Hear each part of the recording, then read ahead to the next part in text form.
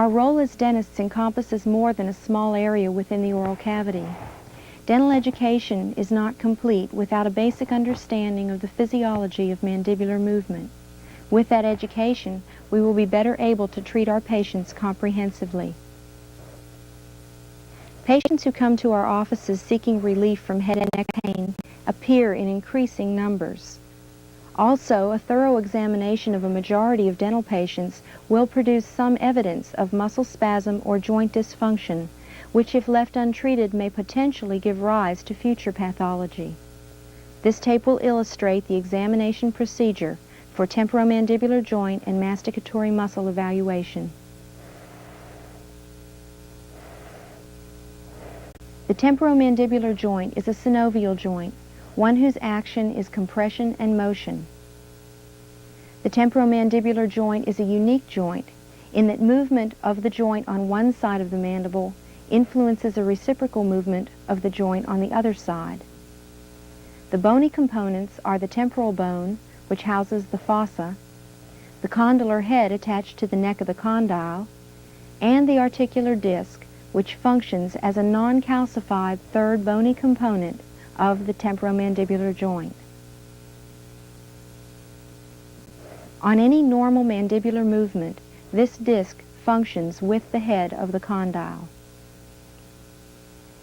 As illustrated, the disc is attached to the condylar head by ligaments, all forming a capsule with upper and lower chambers. The condyle disc apparatus functions within the fossa during all mandibular movement, lubricated by synovial fluid, which is contained within the joint capsule. The temporomandibular joint is powered by the muscles of mastication, the temporalis, the masseter, the internal pterygoid, the external pterygoid, and the suprahyoid muscles. Whenever there are moving parts in any system, there can be damage, injury, and change. One symptom of pathology within the temporomandibular joint, which the practitioner may note clinically, is noise produced within the joint during mandibular movement. The noise may consist of clicking, popping, cracking, and grating sounds or crepitus. Absence of joint noise may not always indicate absence of pathology. An adequate history is always necessary. In taking a history, place emphasis on the patient's chief complaint and emotional state. Observe the face for evidence of bruxism, lip biting, or any oral facial motor activity. Collect information on medication, physical problems, and emotional health. Ask about the onset of symptoms, specifically trauma, long dental appointments, and oral surgery. Ask about oral habits. A patient may not be aware of this habit until it is brought to attention. The history may be oral, written, or a combination of both. Our patient today is Rose. Rose, please tell us what you feel the problem is with your jaws. Whenever I open my mouth wide, there's a popping in my left joint, and also I feel tightness in both sides of my jaw. Do you know when this first began? I can't really pinpoint it. It's been several years, though.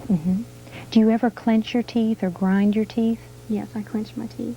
How often do you do this?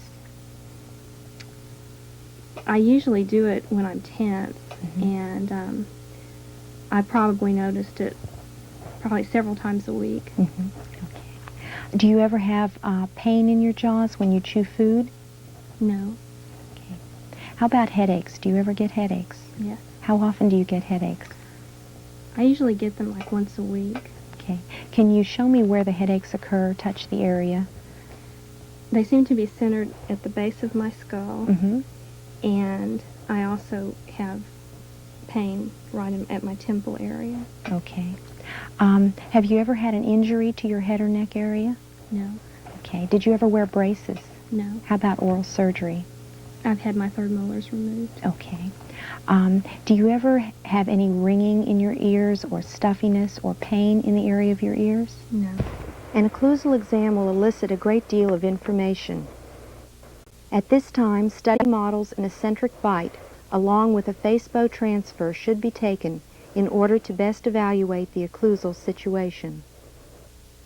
This is a very important part of the exam because the intercuspation of the teeth is the final determinant of the position of the mandible.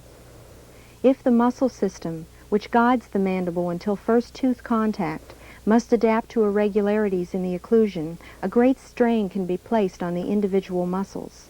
Compound a situation such as that with oral habits such as clenching and grinding, one can quite easily understand the dynamics behind myofascial pain dysfunction.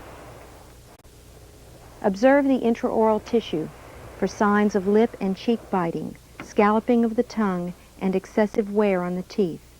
These are evidence of oral habits which suggest increased oral motor behavior.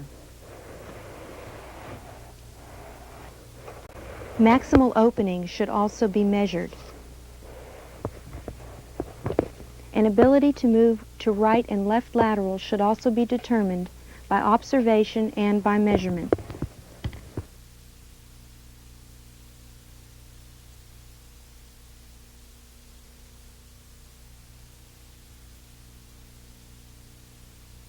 If the patient shows a deflection or deviation of the mandible on opening or closing, this should also be recorded and measured.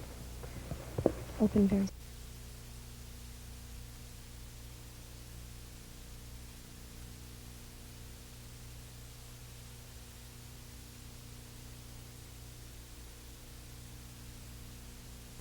The temporomandibular joint must be examined to determine evidence of pathology.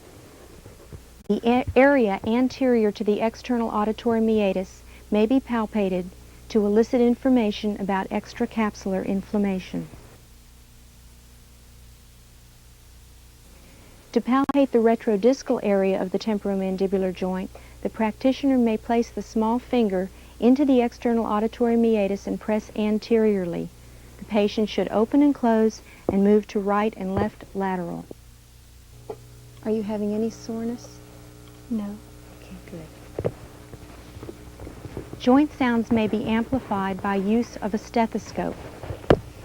The patient should open and close, move the mandible to the right and left side, then move the mandible into a protrusive position.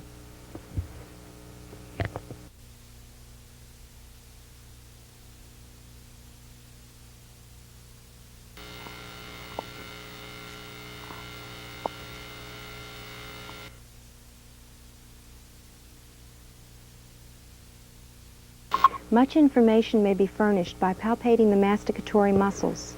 With experience, the practitioner can even predict where the occlusal interferences occur simply by knowing which muscles are in spasm. As each muscle is palpated, the patient is questioned about tenderness or pain elicited. The temporalis muscle is palpated over the temporal fossa. The anterior, middle, and posterior portions are each examined.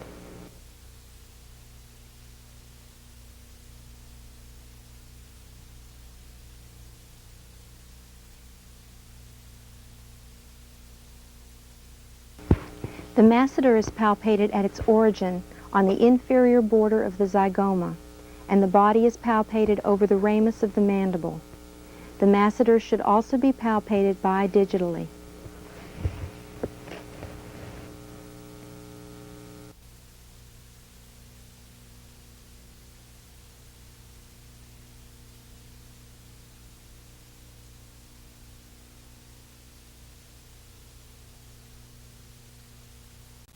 The anterior belly of the digastric is palpated externally by placing pressure in the submandibular region. The sternocleidomastoid muscle is palpated at the junction of insertion on the clavicle and sternum. The body is grasped between the thumb and fingers and palpated along the entire body.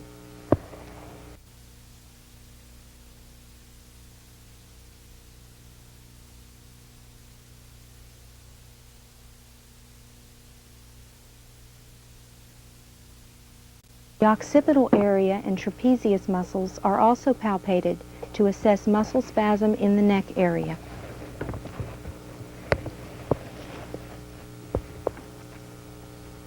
Just your head forward just a little bit. That's good.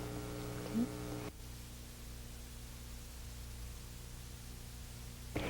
The lateral pterygoid muscle is palpated intraorally, pressing gently posteriorly and superiorly in the vestibular area above and behind the maxillary tuberosity.